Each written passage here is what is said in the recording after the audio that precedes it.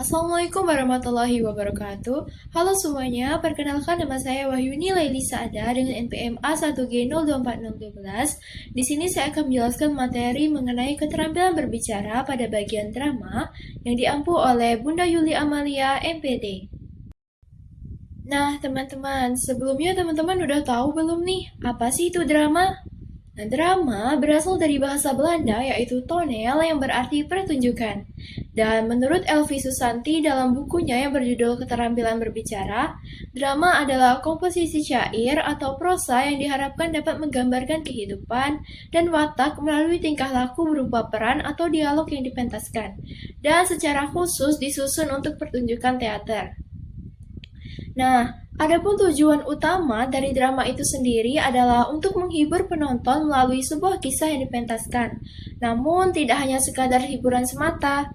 Drama juga bertujuan untuk menyampaikan pesan, nilai moral, atau kritik sosial tentang kehidupan secara tersirat melalui alur cerita dan konflik yang dialami oleh tokoh-tokohnya. Unsur-unsur drama. Drama dibangun oleh berbagai unsur yang saling melengkapi, dan unsur-unsur inilah yang akhirnya dapat membuat sebuah drama menjadi utuh, hidup, dan bermakna. Secara garis besar, unsur pembentuk drama dapat dibagi menjadi dua. Yang pertama itu ada unsur intrinsik, yaitu unsur yang ada di dalam naskah drama itu sendiri. Dan yang kedua itu unsur ekstrinsik, yaitu faktor luar yang mempengaruhi penciptaan atau pementasan drama. Unsur intrinsik. Unsur intrinsik dalam drama itu terbagi menjadi 7. Yang pertama ada tema. Tema adalah gagasan pokok dalam drama. Tema drama dapat berbentuk tersurat maupun tersirat. Tersurat apabila terdapat secara langsung dalam dialog tokoh, sedangkan tersirat apabila pembaca harus lebih dahulu membaca sebagian besar naskah tersebut, dan kemudian menarik kesimpulan berdasarkan teks yang dibacanya. Yang kedua itu plot, di mana plot merupakan rangkaian peristiwa yang mengalir karena adanya hubungan sebab akibat. Plot di dalam drama merupakan jalinan konflik yang akhirnya akan menimbulkan klimaks. Yang ketiga ada tokoh. Nah, berdasarkan fungsi tampilan dalam cerita drama, tokoh terdiri dari tokoh protagonis, yaitu tokoh utama yang baik, kemudian ada tokoh antagonis, yaitu lawan dari tokoh protagonis, dan tokoh tritagonis, yaitu tokoh pendukung. Kemudian yang keempat itu ada dialog. Dalam drama, dialog adalah karya tulis yang disajikan dalam bentuk percakapan antara dua tokoh atau lebih. Berdialog itu sama saja dengan bercakap-cakap. Yang kelima itu karakter. Karakter tokoh di dalam drama terdiri dari sifat, sikap, serta kepribadiannya. Ketika dapat mengetahui karakter tokoh dalam drama melalui cara berdialog yang dilakukan antara tokoh, tindakan para tokoh, bahkan dari tampilan fisik tokoh tersebut dapat menunjukkan wataknya.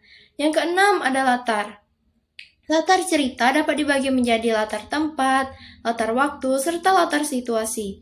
Dan dalam karya drama, latar sering disebut dengan istilah setting, karena latar sangat berhubungan dengan set panggung atau penataan tempat pementasan. Dan yang ketujuh itu ada petunjuk pemanggungan. Petunjuk pemanggungan merupakan teks sampingan dalam naskah drama yang berfungsi untuk memberikan petunjuk yang berkaitan dengan pertunjukan drama.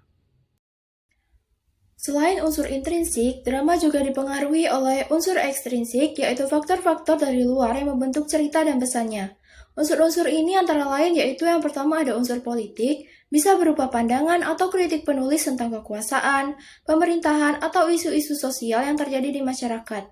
Misalnya, drama yang mengangkat tentang perlawanan terhadap ketidakadilan.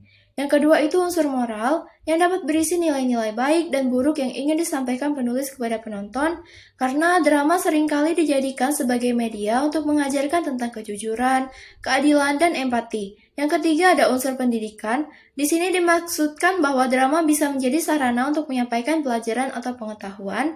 Dan yang terakhir itu ada unsur psikologi. Unsur psikologi dalam drama adalah unsur yang menggambarkan kejiwaan, kepribadian, dan kondisi batin tokoh secara mendalam.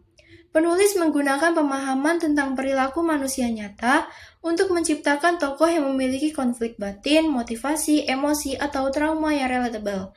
Unsur ini membuat tokoh tidak datar tetapi hidup dan manusiawi sehingga penonton bisa memahami alasan di balik tindakan mereka dan bahkan merasa terhubung secara emosional. Selanjutnya itu ada jenis-jenis drama. Yang pertama ada drama tragedi. Jenis drama ini pastinya akan berakhir dengan kesedihan. Biasanya di dalamnya terkandung sifat kepahlawanan dan keberanian. Peristiwa yang ditampilkan dalam drama jenis ini adalah peristiwa yang jujur dan murni. Yang kedua ada drama komedi. Di sini drama komedi berfungsi untuk menyenangkan hati atau memancing suasana gembira para penonton dari tersenyum kecil hingga terbahak-bahak. Kemudian ada juga drama tragikomedi. Drama jenis ini umumnya mengetengahkan suatu unsur kegembiraan dan kelucuan di bagian awalnya. Kemudian disusul oleh peristiwa-peristiwa tragis di bagian akhirnya. Yang keempat ada melodrama. Melodrama adalah jenis drama yang sering dianggap kurang bernilai seni tinggi karena cara kerjanya seperti memaksa penonton untuk merasa sedih, takut, atau kasihan secara berlebihan tanpa alasan yang logis. Drama ini sengaja menampilkan adegan horor, kesedihan, atau penderitaan yang dibesar-besarkan hanya untuk menarik emosi penonton tanpa diikuti oleh alur cerita yang masuk akal atau hubungan sebab akibat yang jelas. Contohnya seperti tokoh yang tiba-tiba saja mati tanpa alasan yang kuat hanya agar penonton menangis, atau adegan horor yang dipaksakan hanya untuk membuat penonton ketakutan. Dan yang terakhir ada farse. Farse merupakan drama yang berhubungan erat dengan komedi. Ia memiliki tujuan untuk memancing tawa dan rasa geli para penonton dengan cara yang berlebih-lebihan tanpa didukung segi psikologis yang mendalam, yang mana hal ini menyebabkan drama farse terkesan agak kasar dan sedikit kurang sopan. Strategi pengajaran drama pentas menurut Elvi Susanti dapat dibagi menjadi 4. Yang pertama, pementasan drama di kelas. Kita sebagai guru bisa mengajak siswa untuk bermain drama secara langsung di kelas. Misalnya siswa dibagi menjadi beberapa kelompok, lalu setiap kelompok memerankan cerita berbeda. Kedua, pementasan drama oleh teater sekolah.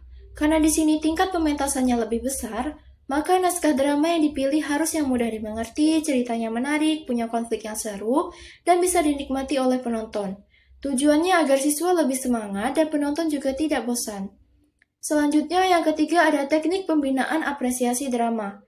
Sebagai seorang guru, kita perlu mengajari siswa kita untuk belajar cara mengapresiasi atau menghargai seni drama. Jadi bukan hanya praktik bermain peran saja, tetapi juga paham makna dan nilai di balik cerita yang dimainkan. Kita sebagai guru juga harus mempunyai metode mengajar yang tepat dan bahan ajar yang sesuai dengan kebutuhan siswa. Yang terakhir itu yaitu catatan tambahan tentang pemilihan materi. Nah, dalam memilih naskah drama, ada beberapa hal yang harus diperhatikan. Yang pertama, ceritanya harus sesuai dengan usia dan kematangan mental siswa. Kemudian, bahasa yang digunakan dapat dengan mudah dimengerti dan tidak terlalu rumit.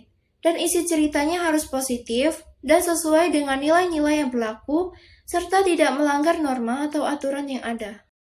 Ada 4 manfaat drama. Yang pertama, dapat membantu siswa terampil berbahasa, karena melalui pembelajaran drama, kita juga sekaligus belajar menyimak, berbicara, membaca, dan menulis. Yang kedua, drama dapat meningkatkan pengetahuan budaya. Kemudian yang ketiga, drama dapat mengembangkan cipta dan rasa. Dan yang terakhir, drama juga bisa untuk menunjang pembentukan watak. Nah, teman-teman, berdasarkan penjelasan sebelumnya, kita dapat menyimpulkan bahwa drama adalah karya sastra yang ditulis untuk dipentaskan dengan tujuan utama untuk menghibur penonton sekaligus menyampaikan pesan moral atau kritik sosial melalui alur cerita dan konflik para tokohnya. Drama dibangun oleh unsur intrinsik seperti tema, plot, tokoh, dan dialog, serta dipengaruhi oleh unsur ekstrinsik seperti latar belakang sosial dan pendidikan. Melalui berbagai jenisnya seperti tragedi, komedi, atau tragikomedi, drama tidak hanya mengasah keterampilan bahasa dan kreativitas, tetapi juga memperkaya wawasan budaya, mengembangkan empati, serta membentuk karakter bagi yang mempelajari dan memainkannya. Mungkin itu saja yang dapat saya sampaikan. Saya akhiri. Wassalamualaikum warahmatullahi wabarakatuh.